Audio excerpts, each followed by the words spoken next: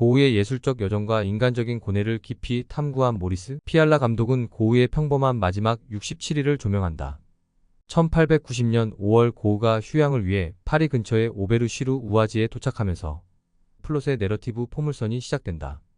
깨끗하게 다려진 셔츠 차림의 고우는 라브 호텔의 식당에서 여유 있는 표정으로 사람들과 이야기를 나누거나 주사위 게임을 하고 술을 마신다.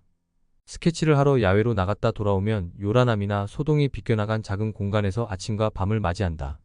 고우는 가셰 박사의 딸 마그리트와 강변에서 대화를 나누거나 춤추며 미래를 나눈다. 깊은 영혼의 갈증과 허물을 채워주기 위해 창녀 캐티와 관능적인 관계를 통해 위안을 찾는다. 고우는 동생 테오의 위선적 욕망을 비난하는 제수 조안나와 예술가적 고민을 공유한다. 하지만 자신의 처지에 대한 자책감과 굴욕감으로 사람들의 관계가 틀어지고 악화되면서 고우의 모습은 서서히 황폐해진다. 든든한 조력자인 동생 테오는 형에 대한 애정과 부담으로 고민하고 후원자를 자처한 가셰는 딸과 고우와의 관계에 이중적 모습을 드러낸다. 모리스 피알라 감독은 고우가 권총 자살을 시도하여 죽음에 이르는 3일간의 기록을 담담히 영화에 담는다. 고우는 꼼꼼하게 얼굴을 씻고 면도를 한 후 거울 앞에서 자신을 비춰본다. 총을 발사한 후 배를 부여잡고 피를 흘리며 쓰러진 고우는 수술을 거부한 채 죽음을 온전히 몸으로 받아들인다.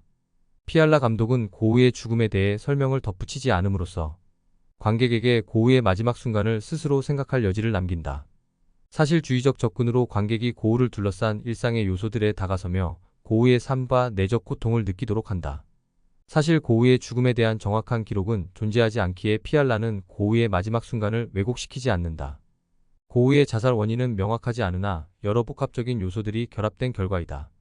춘분 무렵 차가운 봄날에 태어난 고우의 내면은 침침한 기운이 지배하기에 오랜 기간 동안 우울증과 정신병을 앓게 된다. 여러 번 정신병원에 입원하며 정신적 혼란과 환각을 경험한 고우의 그림이 다른 인상주의 작품들처럼 밝지 못한 이유이다.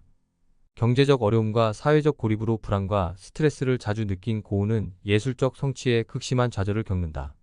1890년 7월 27일 자신의 가슴에 권총을 쏜 고우는 7월 29일 부상으로 사망한다.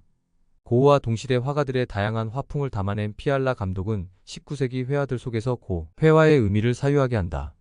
피알라는 영화 전체를 감싸고 있는 회화적 구성으로 인상파 화가의 그림과 영감을 세심하게 드러낸다.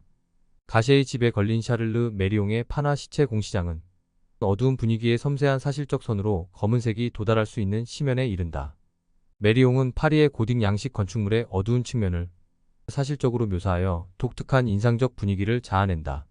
정신질환을 겪는 메리옹의 삶이 고우와 유사하지만 고우는 강렬한 색깔에 휘몰아치는 질감을 통하여 불꽃 같은 삶을 표출한다. 피알라는 광기를 드러낸 고우의 내적 정서와 심리 상태를 일상의 모습에 잔잔히 침잠시킨다.